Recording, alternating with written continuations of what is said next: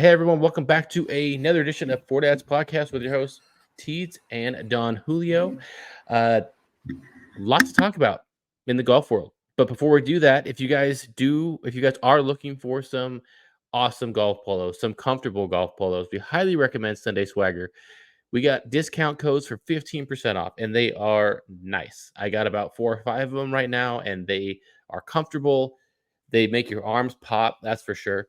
And if you take a look at our last video, I am rocking one of them there. So I think it's Lush. So if you guys are interested in some nice kind of standout polos as well, they don't have really any plain designs. They're all pretty, out there, making you pop out there. Definitely take a look at the link in the bio on YouTube. And I'm not sure, you might have one in the link in the for Spotify. I'm not 100% sure, but a lot of stuff to talk about this week. A lot of things have happened.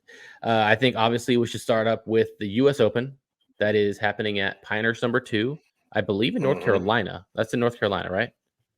I believe so. Let me see. Almost positive. Kind of a terrible way to start it. Not knowing where Pinehurst is. I'm almost positive it's in North Carolina. I'm almost positive. It's either like North Carolina. It's not South Carolina. I think it is North Carolina. I don't know why I'm thinking North Carolina, but it's not Virginia. It's not South Carolina. Trying to zoom out here on the map. Charlotte. Yeah, Charlotte. North okay. Carolina. Okay. So yeah, Charlotte, literally just on the border. Okay. Nice. So you got the U.S. Open this week. Huge. It'll be really interesting to see how the course plays compared to... The course is apparently supposed to be crazy hard. Like, well, that's good.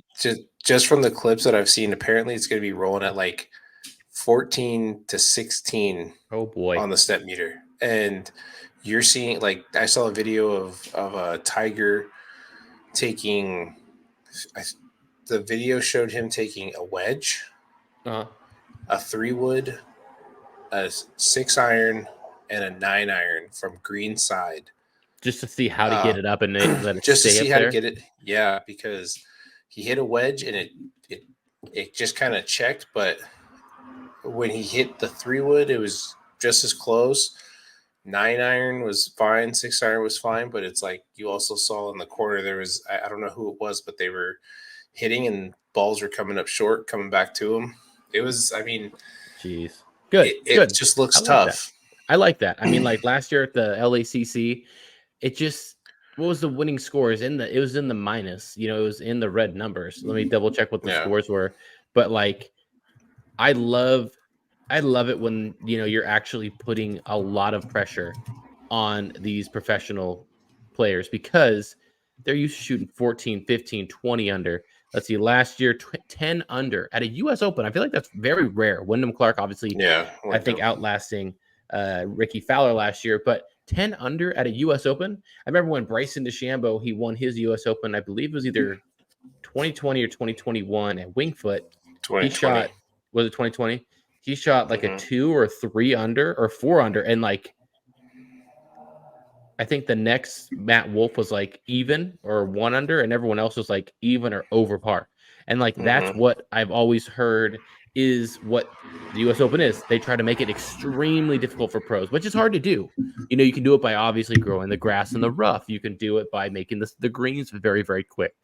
But also making the course longer. But it'll be interesting to see how that rough is. Have you seen any I haven't really seen too many videos of the U.S. Open yet. Have you seen any about the rough? Like, oh my gosh, look at the rough. Well, I saw Earl's video. If he could break 90 at the course, and he played it like the week before, and he was saying it's not so much the rough there. It's like the rough there is, it's got these plants that, if your ball gets in between, it could be 2 inches from being from you having like essentially like a sand shot, or you could be hitting, a flyer lie on this little plant that aligns the fairway in like bits of the rough. That is super hard to determine how far it's going to go or even how it's going to come out. Interesting. And a lot of their sand bunkers on the sides are considered waste bunkers. Is that correct? So you can ground the club. Mm-hmm. Interesting. Yeah, so I mean that's from his video, that's what it looked like. And I mean, even one of the greenskeepers did a video on TikTok where it was like it could be a matter of 2 inches of if you can actually get the club on the ball, or if it's going to be in that little plant that they have. I forget what they're called, but if it's in that or even up against it, you're in trouble. Like you have to push out. You can't move the ball forward, or even if it's not in it and it's in the waste bunker and you have to try and move the ball forward, your swing can't be completed because you're just going to rip that thing out of the ground. You could break a club. Dang, that's crazy, dude. Yeah. Yeah. Yeah, I mean, I Yeah. love seeing it. My buddy Josh, he went and played Pinehurst maybe two weeks ago. And he was saying that the course is just like in immaculate shape. He was like, dude, it was like putting on glass. He's like, I would putt the ball. I'd putt the ball as if I had, a 2 foot putt, and it just took off 30 feet. Jeez, dude. So That's how he I so was he was putting saying, today. That's how I was putting on Saturday. I felt like it was going yeah, to roll a lot faster, and then it would just die. The exact opposite. But sorry, continue. yeah. No, he was just saying that he's like, I can't even imagine how much quicker these are going to go when they roll them, top dress them, do everything, getting them ready for 2 weeks from now. And I was just like, Man. well, at least you got to play it, brother. Like that's awesome. Yeah, I mean, I'm really hoping for the winner to be in positive figures, like a +1, a +2, or even.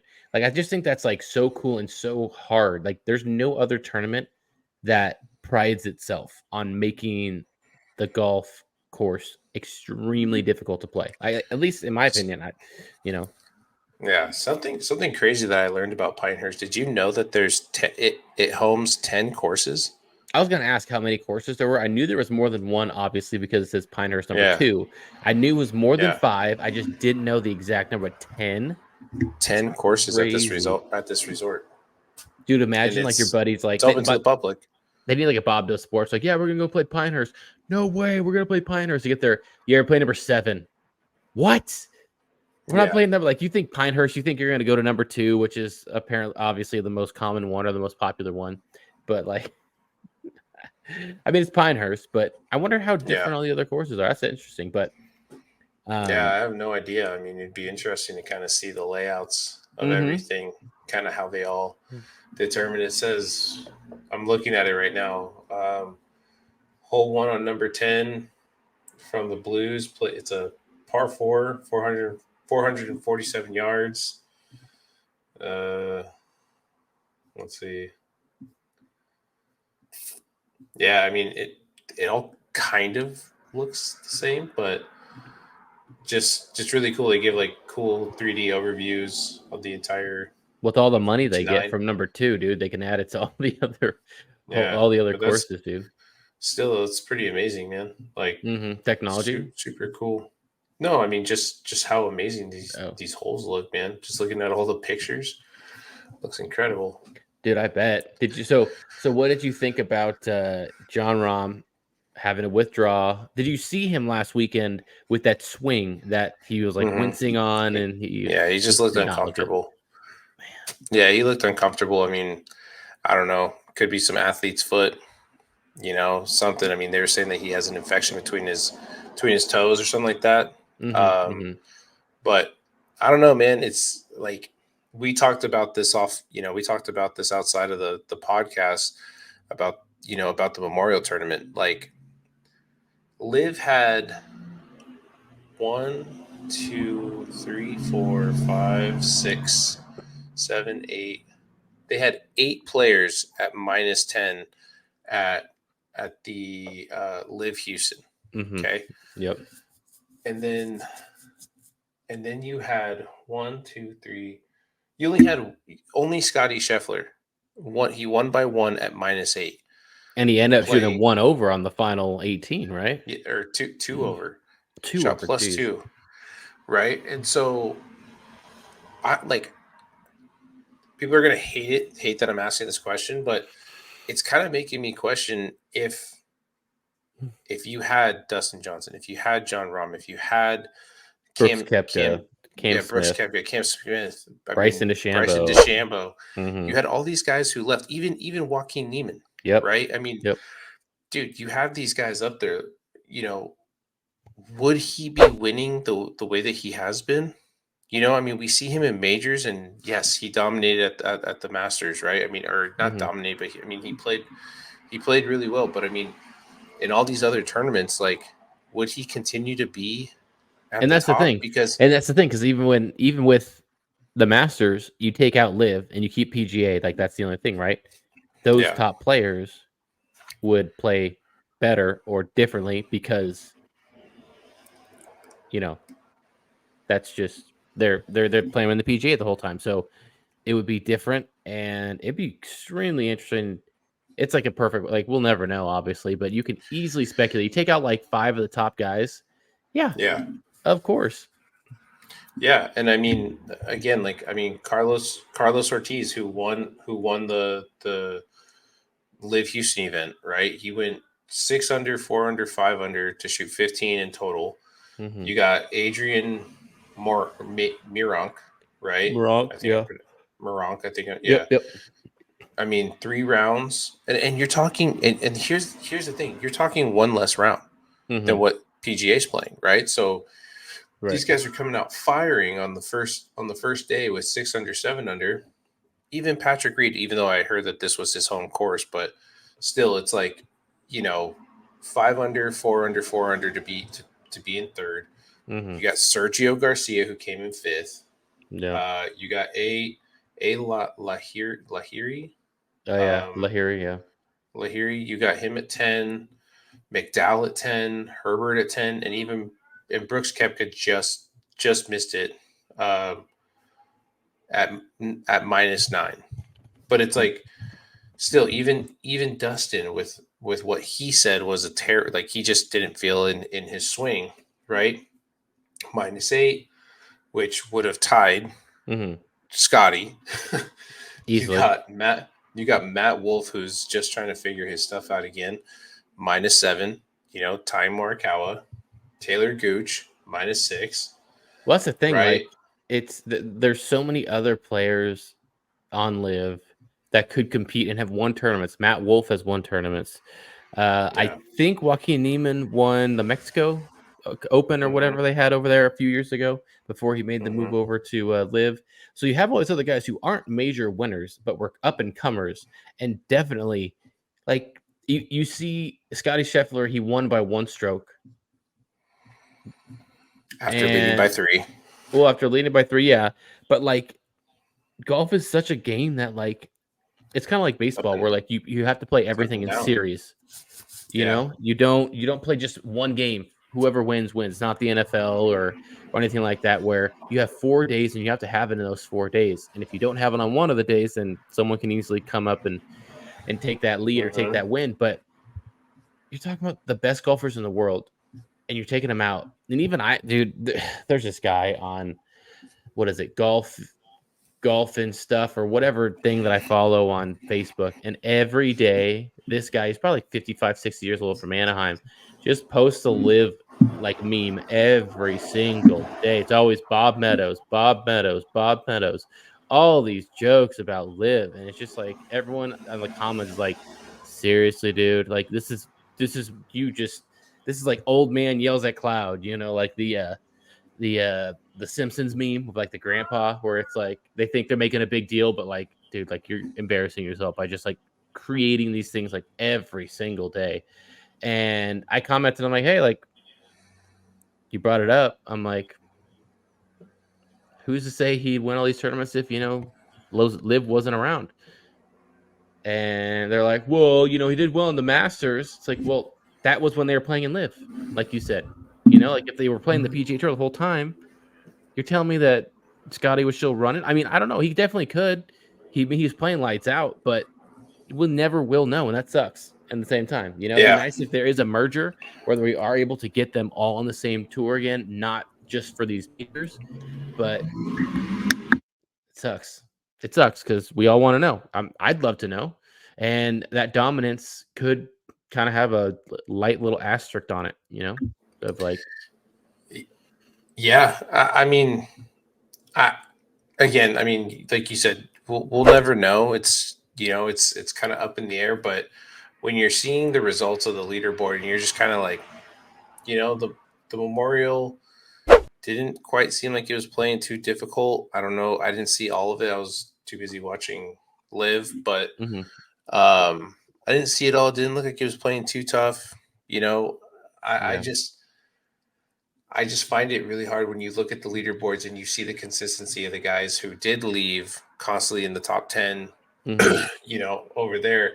Speaking of kind of after, I guess on the last round at at Houston, Ian Poulter got into it with some guy, I guess, walking off the range, and he Yeah. was Yeah. literally like telling him like, go f yourself, like, shut the f up, all this different stuff. I didn't find the full video of what had happened, but apparently he was on the range. Obviously, they have the music, they have fans who are able to really be like right on top of you as you're hitting balls and watch you.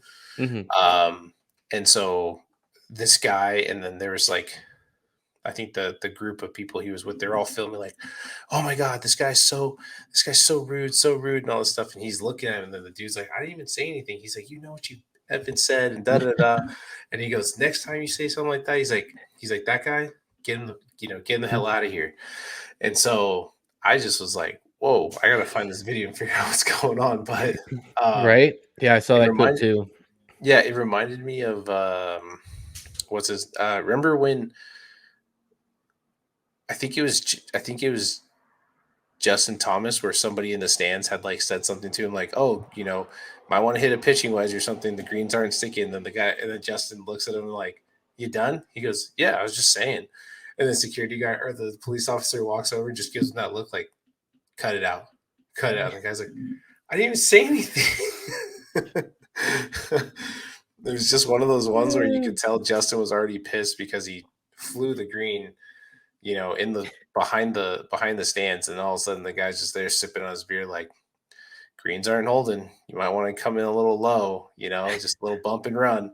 And then the Justin just looks at him like, "You done?" And it was like, "You didn't even say anything bad. Like, calm down, man."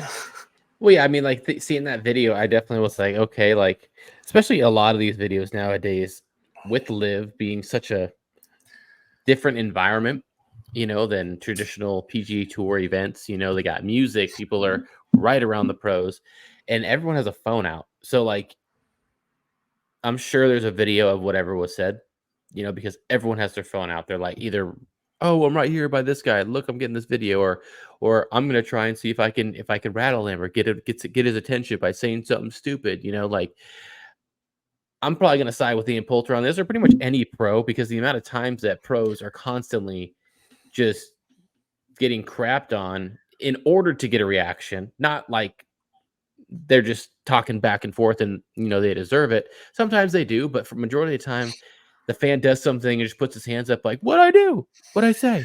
And obviously it'd be great if another video did surface because I mean, he's a seasoned vet. He's not this rookie, that hotshot rookie that came out and, he's been playing for over 20 plus years in the Yeah. pros, PGA Tour, Ryder Cups. He's got so much respect around the golf world that unless it was something about the family or something where the lines are drawn, I don't know. I mean, like you said, I'd love to see that other video because someone had to have their phone like, yeah, yeah, say it, get him. Let's see what he says. Yeah. I mean, dude, to that point, I mean, obviously we don't really talk about this sport much, but basketball, like I was watching the game, I Dude, was watching the courtside is the Celtics. worst, Yeah, man. I was Oh, watching I was watching the game, and it was like, I was watching the Celtics versus the Mavericks right now, and they just went up 3-0. And yep. it's like, dude, the jaw jacking you can hear from ESPN Plus, like from fans. I don't know how guys do it. I mean, I can kind of speak from it from a baseball perspective. Hmm. Being in the outfield, having people yell stuff at you, it's just kind of like, okay, it's whatever. But when you have a person, or I'm sorry, not just a person, when you have a grown male adult speaking to another dude, thinking that you have the right to say that, it's like, if you weren't at work or in your place of business, like, I'm punching you in the face, Oh hands my down. gosh, right? Yeah, we're exchanging some shots. Like I'm Mhm. gonna put you down. Like you don't ever say that. And it's again, they're like I saw this it's like a montage of what people were saying to like Russell Westbrook, and one where Chris Paul was involved, and like you clearly hear this somebody like say something about their kids and about their Dude, wives, it's and dude, I'm stupid. like I would beat I would beat Mhm, I'd beat mhm. the brakes off of you. Yeah, Um, yeah. and so like like there was even one too where I saw where like um I think Chris Paul got into it with like some 12-year-old kid who was like the same size as him, and people were like, "Oh, that's so unprofessional." And I'm thinking like, well, what did the kid say? Like, what did Mhm. he say? Why would he get like that? You know? He's a 12-year-old So kid. Why would he get mad at a yeah. 12-year-old kid? And Just again, because? yeah, I mean, I have a story. Like, I remember my dad when he was working in the radio industry. Um, we got tickets at an Ace game, and I Mm, didn't know this, but we were sitting like directly above the players' wives, like in the same mhm, row, like right mhm. behind home plate. And I just remember Jason Giambi coming up to bat, and I was like, I just shouted like, "The A's suck!" Like like all this stuff. And my dad goes, "Whoa, hey, hey, calm down, calm down." And he's like, "The wives are right there. Like, relax." I was just like, "Oh, I had no idea." Like, you know. But you just get the courage as a kid to maybe say something because you hear everyone else say it, right? Right, man. I I mean, mean, yeah, go go ahead, go for ahead. it. No, no, no, go for it, go for it. I was gonna say the only thing that I can think of where you like as a kid, you kind of feel like the pressure to want to say something was like from the movie 42, right? Remember like where the kid he like sees Jackie Robinson and he says the word and he's like, "Yeah, get out of here." But you could tell he's just saying it because his dad was Everyone. yelling it, right? But Yeah, he was like, mhm, but you could see in his face he was like uncertain, but also he mhm, was like, "Wow, like I'm witnessing history," right? From the kid who played him, right? mhm, And mhm, mhm. so sometimes it's just the environment in which you're in, right? It comes down to it. So Yeah, I mean, it's a shame, dude. It's a shame that not more is taken seriously with what is said, because I'm sure if you yeah, start throwing out a few hundred people a night, you're still gonna have a lot of fans to fill those seats. But you're not but it's hopefully gonna, like, set a precedent that, "Hey, like, these are people too. They have families." You wouldn't say this in front of their face, but the fact that you're sitting where you're sitting, you feel that you're obligated because you paid a ticket. You can say whatever you want, and that there's nothing that's gonna happen to you. yeah. Did you see that guy from, I think at the Cincinnati Reds game? Uh, what was it? Oh, he was talking He to Joey no, Votto. no, he ran onto the field. It's one of those guys, he ran onto the Oh, and he field. got tased. Yeah, Yeah, no, he did a yeah, backflip. He even did a backflip, yeah, and like the security guy like ended up like kind of spotting him on accident, trying to catch him on the backflip, and he yeah. had taken off and gets Just gets tased. tased. I Apparently, he thought had like you're this court date, and no. Go for it. Go for it. and Yeah, the judge was like, "Yeah, so apparently you attempted to do a backflip," and he goes, "Yeah, I landed it, sir." So the judge, yeah. I think I landed it. That's funny. No, I was Uh, gonna say I thought you were gonna continue talking about how people were saying things, but I still remember that video of where Manny Machado had gotten that huge contract, right? With I think uh-huh. it was the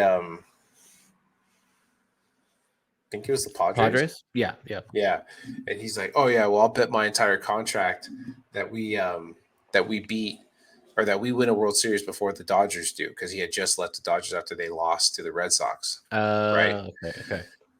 And so the guy's like, "Oh yeah," he's like, "Okay, okay," like whatever. And so when they hadn't won, and the Dodgers did, they're like, "Somebody find this guy so he can get paid."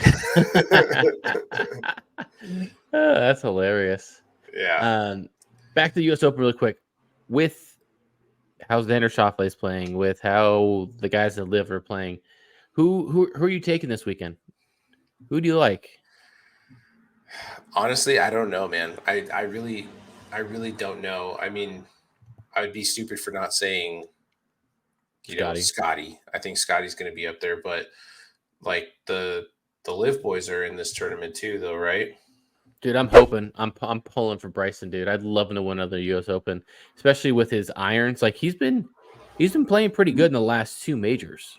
Like not Yeah. obviously winning, but he's been right around contention. If he can just figure out his wedge and putter, he's Well, that's where this is going to be crucial for him because being that he's a long hitter, it looks like as you get closer to more the narrow. hole, it becomes a lot more narrow.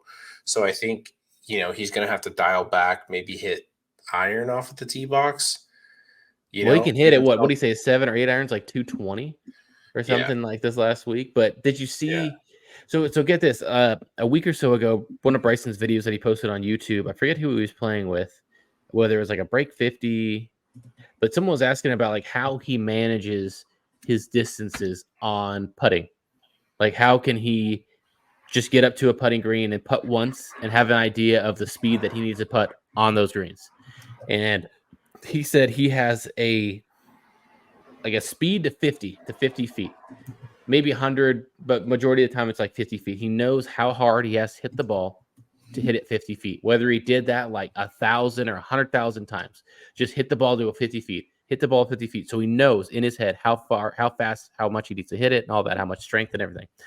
And he says if he puts that on a practice green 50 feet and it only goes 40 feet, well, then he knows what's that 40? Is that 10%? Let's just say 10%. If that's technically 10% shorter or than the 50 feet, then he knows the putting greens are 10% slower. So now instead of trying to regauge everything and relearn the speed of the greens, instead of putting 50 feet distance, putt 40 feet difference because that's the 10% gap.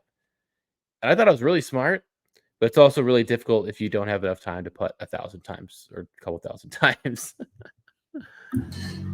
Well, I had this conversation. I had this conversation with one of my buddies this weekend when I was playing. Like we were just talking. I mean, he's a good player too. He's a single digit player, and he's like, dude, what do you think it is that like separates the pros from us? And I was like, well, distance wise, we're I think we are right there with them. Maybe not as tight as the dispersion, Yeah. but I said, dude, like you know the answer to that question. He goes, no, I don't. Like I'm genuinely curious. I'm like, when do you ever see you and me sitting there just rolling putts, like just to pass time? Never. hmm And I said, hmm that's what we score with. And I said, and how often are you sitting there taking 118 balls or 150 balls at the club and just focusing on your 150 in? hmm hmm He goes, not as often as I should. I said, that's the answer. I was like, the fact that we just like, and it was crazy timing because we just had played a par three that was, 165, slightly downwind and elevated tee box. And we both came up short. And it's like, we both had looked at each other like, how's that even possible? I would expect myself to be long, not short. And I was like, well, that's what it is. Like that should be a no-brainer. We hit those shots all day. Like any par four on a good drive, we're sitting at 150 in. Like those are the shots that we need to focus on the most because that's where we sit, right? I Yeah. said, but we Yeah. play everything like thinking it's a par five. How can I maximize the furthest of my drive? If I got 230, can I take an iron instead of going with a three wood or something, right? hmm And we just want to see that shot. But I was like, I'd rather have something that's actually going to have action, you know? So it's kind of hmm changed. I mean, I haven't been to the range at all, but it's just kind of changed my perspective of now, like when I go play, it's like, I know I can hit my driver fine. I know I can hit my long irons great. I just, I just want to be able to score now and really just minimize if I do miss, right? So Yeah. if I miss to the left or to the right, I actually was really impressed with your short game and the way that you were able just to hit your wedges and be confident, like bump it into the side of the hill, get it to come down. I'm sure Ice was like, wow, man, like you got that dialed in, because there were some good shots. I mean, I did you have some know, good ones. Yeah, I yeah, agree. yeah. And so that's where I was just like, man, I want to have that confidence of just being able to, all right, there's my spot. I'm gonna hit it, let it do its thing, come on down, and then just walk away with my par putt. You know? Yeah. No, yeah, exactly. I mean, that's the thing too. Like, not only do they have, tons of time, but the amount of times that they have to hit thousands of golf balls. Like, I think Bryson even talked about that in another video where he was like, "How many golf balls do you think you've hit?" And he said, like, probably about like 940,000 or some like extravagant numbers. I did the numbers like 2,000 balls for the last blah blah blah, like years or whatever, and X, Y, and Z, and it's just like, yeah, well, I will probably not get to like 10,000 golf shots. Maybe no, maybe like 50,000 golf shots. Not even break 100,000. And this guy's easily 10 times, probably even more than that. But it's just the amount of time that they put on it. And imagine this. Imagine putting that much time and effort into chipping, into putting, into like your irons, your short game, your long game, all this stuff. And then it's like, oh, well, people say, oh, he's a terrible putter. But he puts hours into putting. You don't know how much time they're putting into putting, but he's just not a good putter. You gotta, like people have that, right? They're like pros aren't Mm-hmm. good at everything, and the amount of time you put into things just to be average is insane.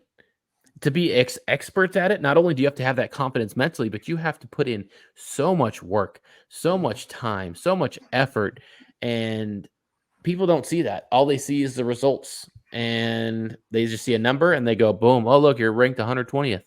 Oh, Yeah, you're ranked 51st, yeah. and it's brutal because they don't see it and they don't see how much time and effort you put in. And dude, that would be so hard just to see all that time. And it's like, oh, well, you still suck at it. Like compared to the other Dude, pros. that's what everybody talks about, is like no one will ever see the work that you put in. They only want to see the results. So if you're not on it, you suck. Like Mm-hmm. straight up, everyone will tell you you suck, right? And they want to see you do that because, or they the expectations of being the best, right?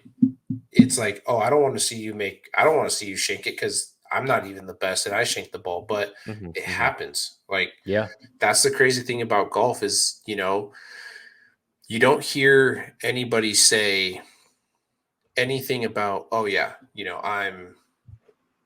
I'm just so on fire. It's like I had a great day. My misses were minimal and I was able Mm-hmm. to capitalize, right? Like Yeah. Yeah. and and kind of like the Bogey Wogey boys made like a joke with the guy who's like the Garrett, better player. got to get Gary. locked in. Yeah, exactly. And it's true. Like it actually made me laugh because I was after I watched your video, I watched his, right? Or I saw Mm-hmm. that short that they had posted, Mm-hmm. and I was just like, I got a bunch of compliments on, what was it, on Saturday? On Saturday when I played, for my buddies who were like, dude, you're striping the ball. I was like, oh, I just missed that one in on the heel. Didn't feel the best, right? Yeah, And yeah, it's yeah. just like, it was like, man, I hope I don't sound like a D-bag like I that, know. I see that all the time too, because like you could feel it like as soon as you make contact, like, oh, I Hmm. towed it a little bit, or oh, it was flush, or oh, I Yeah. healed it. And especially when you play with people that aren't like, whether it's scratch, whether it's 5 or 10 handicap, they're like, oh wow, like they're watching you like you're a star, and you're over here like, God, like about to throw Yeah. your club because you just Yeah, missed you're it just beat. barely. Yeah, yeah, you're beating yourself up over it. Like, I suck. Can't believe I even decided to play golf today. Right? Like, So yeah, mm-hmm. Yeah, I mean, for me, US Open, I mean, yeah, it's an open field, dude. I mean, I'm always gonna pull for Bryson, but I really want to see him win another one. I'm really hoping, obviously, Scottie Scheffler. The real question is, how many arrests will he have during this weekend? Will he be arrested? The over under is at a half. Uh, uh, and I mean, Scotty's good. It's honestly going to be interesting to see how Xander Schauffele performs after winning a major. Is he going to keep it up, or is he going to kind of drop off a little bit? Victor Hovland obviously is due. I feel like he's got a major in him sometime, but he's been kind of off over the last few months. So I don't know if he's just going to be able to turn around for one tournament. But I mean, there's a bunch of capable professional golfers out there that could take it, and it'll be a fun weekend to watch. Yeah, man. To your point about Scottie Scheffler being arrested, I was watching the other guys this afternoon when Adelina was taking her nap, and it reminded me of the part where Mark Wahlberg shoots Jeter, Yeah. but then do you remember the part when they're arresting the English guy, right? And Will Ferrell's like He's trying to give asking him his about the Miranda rights. rights. Yeah, he goes a flotation device or Give something. the He right goes, to flotation device. Gosh dang yeah, it. yeah. Like, that's not right. He's like, what have you ever? I've never Miranda'd anybody. I've never Miranda'd anybody. I was just thinking about that. How funny Dude, that. such a great movie, dude. Such a great movie. Yeah, very underrated in my opinion. We make a Oh lot. yeah, You and I make a lot of jokes or a lot of references to that movie, and dude. so That does was Tony. Tony that does was that one all the time too. that was one of the movies, because I think it came out around like 2010, 2011, and like that was the one in the dugout, man, back in college that we were just screaming movie quotes. Christine, if All right. you come to my house, you get my wife's name right. Like Yeah. all these quotes, just like to keep the guys all fired up and on their toes. Just I miss those days. Yeah. You get in that kitchen and you bang my wife. Yeah, I made What's he doing? That's got to be like 20 miles, and he's like sprinting after him. He's sprinting after him. Yeah, dude, those are some good ones. But yeah, man, so let's talk about your round. How did you feel? I mean, from my personal view, from mine and Adelina's opinion, I thought you hit the ball great. I like your new routine, or I like your new pre-shot routine where you're like picking your line, really making sure that, okay, I want to get myself set. And that draw you were hitting was freaking phenomenal, dude. It was so good. I'm like, where was that at Carmel Valley? The wind, man. The wind got in my head, I'll tell you that. Although Carmel Valley, you were absolutely. I was hitting some good shots, that's for sure. But so let me just set the stage for you. So we get there, and we're hitting on the range, we're putting, we're chipping, we're getting ready for the round. And actually, we've got to backtrack a little bit before that. So that week, Monday, Tuesday, I was like, talking to my neighbor, like, hey, could you go on Saturday to go to the course? He's like, yeah, I could do that. I'm like, okay, let's plan for the morning. I'll try to ask my buddy, see if he can get us on for a tee time. Next day, I look up on the website, and they have all their tournaments listed, so you can know when the tournament's available or when a tournament's there. Tournament from 8 a.m. to 1. I'm like, gosh dang it, man. Wednesday comes up. I get a text or a phone call from my father-in-law. He goes, hey, we got a golf tournament. They need a fourth. Just wondering if you want to go. Like, I'll cover you if you want to go. And I was like, when is it? He goes, Saturday morning. I'm like, okay, yeah, send me the flyer. Let me see. It ends up being that golf tournament. I'm like, oh, maybe. I mean, it is what it is. But I'm like, I already told my buddy, like, hey, I'm gonna go with you. So I feel like that'd be kind of messed up, or I'm gonna drop it for that. So we get on at 2:00. We get the golf cart, and my buddy's like, hey, just play from the 10th hole. Start on the back 9. They're finishing up on the front, so you won't run into anybody. We're literally putting our golf clubs in the golf cart, about to drive over to the 10th hole, right by the putting green. And the sprinklers just go on all over the tee boxes. And I'm waiting there for like a minute, and I'm like, I call my buddy. I'm like, hey, so how long are these sprinklers gonna be going on for? Do you know? And he goes, I don't know. Let me call the pro shop. And he calls me. I goes, yeah, you're probably gonna have to start at the 6th hole, because that's how you'll be able to beat the sprinklers. And I'm like, oh, okay. And so we started on the 6th hole, and honestly, that threw me off. And you saw it, first shot into the water. Nice. I didn't pick the line right enough to know that if I was going to miss it left, because I should have, because they just mowed on the right side next to the what do you call it, the cart path. So even I went right, I would have been able to find the ball. But that screwed me over. And then to finish off on par 3, par 4, par 3, instead of finishing off on par 5, that are obviously both short from the short tees. Yeah. That mentally, I was like, Dude, and then missing that short putt on the par 3 after having an awesome chip. I was actually kind of bummed because on that chip that I had from the side of the par 3 down, the ball literally goes like this. It hits and then it turns and then it goes back. But you couldn't see it on the angle that it was. It was a really cool kind of a, and it honestly worked out. It's like a 2-foot putt. I just blatantly missed it. But honestly, I felt like I was hitting the ball well. The only downside was with the irons that I got, they were still heavy lofted or strong lofted. So the only few times that I had like a full swing in, I think it was the 12th hole par 3, which ended up being like 7 on the 1 through, because we started from the 6th hole. And then my second hole on that round were both about like 120, 125 yards. And I didn't have 120, 125, 130 yards, and I didn't have a club for that. So I used pitching wedge that was strong that probably went about 145, 150 minimum. And you saw on both of those, I flew it, and I was like, well, thank goodness I'm pretty much trying to reach everything here. So all I have to do is driver wood and then wedge into the hole. Because if I had to use my irons, I don't think I would have been able to have that good. Because also I didn't know my iron distances anyway, with them being new. So that was fun. Saturday, I'm gonna actually go to the driving race to figure those out. I'm gonna get the flight scope out and everything, and try and dial in those ranges. But I mean, overall, I forgot I have that thing too. Yeah, I overall felt pretty good. I hit some good shots, hit some bad shots, but few putts that definitely. I had at least 2 or 3 putts within like 3.5 feet that scarred me. Yeah, but I definitely did enough. I did enough to shoot under par. 6 birdies, I think. That's enough. That's more than enough. But yeah, it is what it is. Yeah, man. No, I mean, like I said, I didn't feel like you played bad. I gotta get my videos up of you do with you and Adelina, with you and your daughter. Yeah, with me and Adelina, but then me and Half Moon Bay, and then I have another round. It's pretty trash, but I'm like, whatever. I'm just gonna do the front 9 at not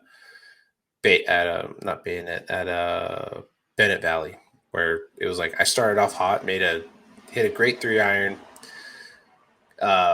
hit an 8-iron to try and get over the tree. It clips the top, comes down. I'm like just over the ravine. Hit an awesome wedge shot to like a tap in birdie on the par 5, and I'm like, hell yeah! And then I go over to number 2, and I'm like, oh god, found the trees. Dude, the trees at Bennett Valley just demoralize you. Like, first and foremost, the rough is long, so you can't take a low iron and just punch it, because then the ball gets caught, it doesn't get up high enough. So it's like you're forced to like really trap like a low club or a high club. And then your ball ends up clipping the tree, and then it goes right back into it, or you're lucky enough to get a bounce that goes out. Wow. So yeah, it was That's not fun. Crap. No, it's dude. Either you put them up, or you put them on the Dropbox, or not, or what is it, the Google Drive, and we'll make it happen. But yeah, man, I got a bunch of stuff. I just got to unload it from my memory card, from my GoPro. Yeah, from the memory pro, or for the memory card. And just put it into the drive. But we'll do that so you can delete it and you can open up some more space. Dude, the drive that I have is so huge. Like, it literally is telling me that I have like 200 hours of video available that I can post, and I'm like, 200 hours. I'm like, holy crap. Well, but what I don't know. Some things are turning around. So like, what I'm hoping, like today I asked you, what kind of camera do you have? Because I'm like, I just enjoy, like, kind of like what you and Ice did, right? Is like, that's like me and my buddy Corey. That I have another friend named Corey who lives Corey. Yeah, he's actually a neighbor, but dude, he's a stick.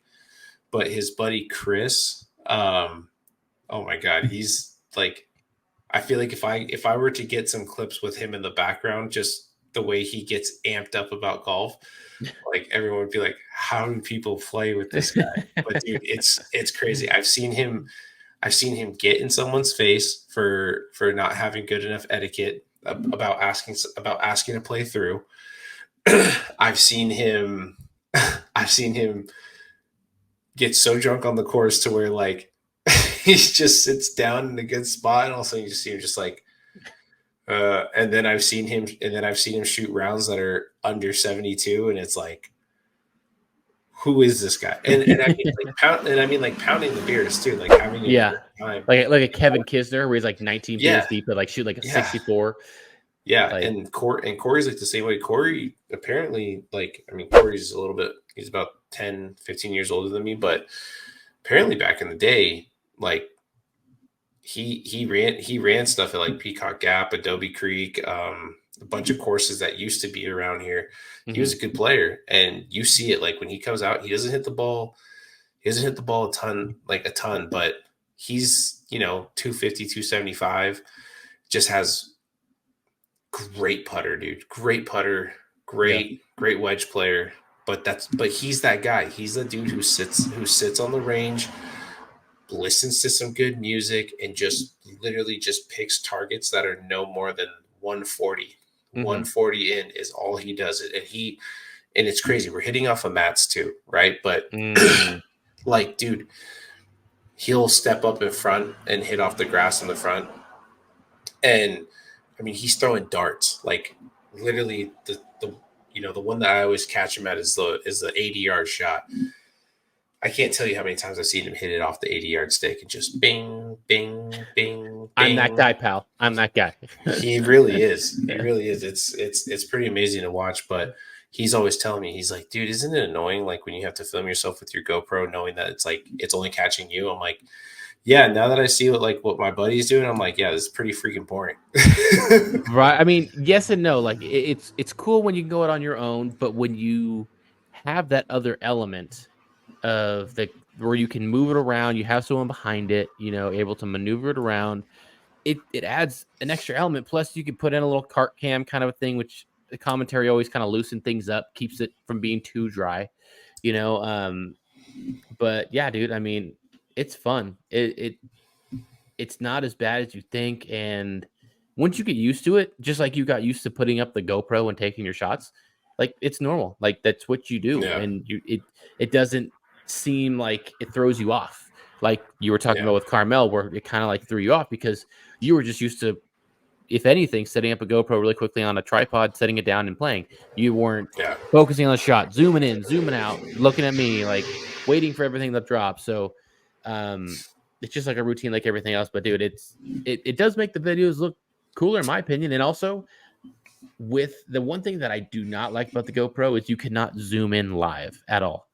You can only zoom in before or after, and then that's it. So how many shots are you hitting from like 150 yards or 80 yards or even 70 yards? And like you hit it and they don't see how close you hit it to the pin, because if you were to zoom in, even like After Effects or whatever, it's going to be super grainy and you're not gonna be able to see anything. Well, that's like that one video that I had where I think I was playing Half Moon Bay with my dad and my cousin, and I hold out for eagle, right? But it's like even that video, it doesn't quite do justice. I mean, you can see the ball the whole way, and then it just hits and then comes down. But dude, imagine if we would have been able to zoom it and like he just is like, right, exactly. Like you see your reaction, but that reaction could be, oh, I got it close, or did you see how bad of a shot that was, or like, I didn't expect that to roll off that much. Like no one knows truly that it went in based off of the clip itself. So yeah, dude, it's fun and but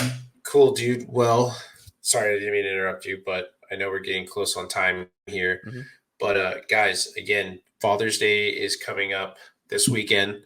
Wish all of you the absolute best. Remember, you guys are all amazing. It's hard, but remember that the time that we get to spend with our kids is there's nothing else like it. We love golf, but don't mistake it that we don't miss being with our kids and being able to play around at home and making memories. But this is what it's all about. And make sure to treat yourselves. Like, again, we have Primo, we got Sunday Swag, we got Upside. I mean, again, the guy's like a very, very underrated rangefinder, in my opinion. A great speaker, one of the best, honestly. Like, I had JBL, I had some that came with my minimal bag. Like, this thing slaps. I mean, this thing slaps. Like, you want to have fun, go check out their stuff. I mean, if you're the dad who's looking to pick up some club head speed, they got Thunder Sticks to help you with speed training. Like, go treat yourself to something nice. Again, we've been blessed to be able to talk with Brendan, who's the master club fitter for Avoda. Like, we can help try to facilitate a fitting for you if you're down in the Central Valley. Like, again, this is the time, I think, for all of us dads to go splurge a little bit on ourselves and not feel bad about it. 100%, man. 100%. Yeah. But so remember, guys, to stay fly and go low and have yourselves a good one, and happy Father's Day. Happy Father's Day out there.